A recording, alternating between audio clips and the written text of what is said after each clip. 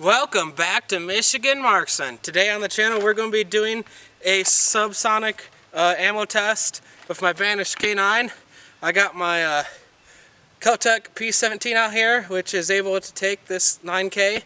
I got some subs and some regular 22 long rifle.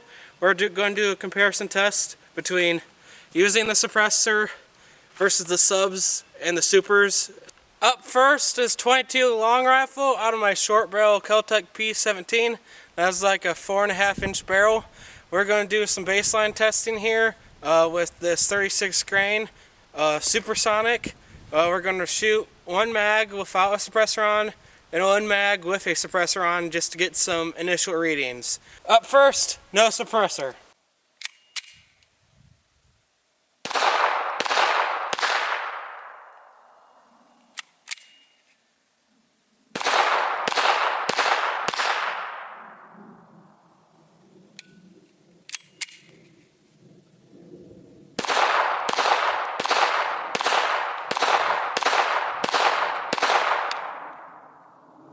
Got our suppressor on here. You got some more Supersonics. Let's take some shots.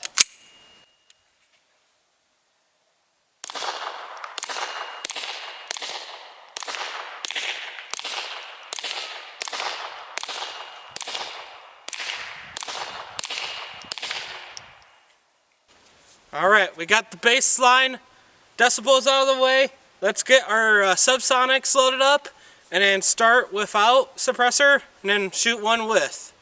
Up next is the Subsonic 22 long rifle. I got these Winchester's super suppressed 45 grain subs. We're going to run with no suppressor and then one with the suppressor on and see what type of noise reduction we get.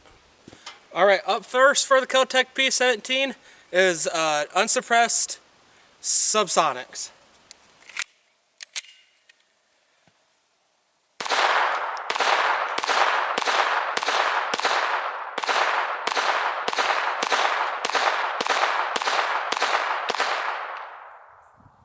Alright, we got the Banish K9 set up on this. We got our Subsonic long rifle. Let's take this mag and see what happens.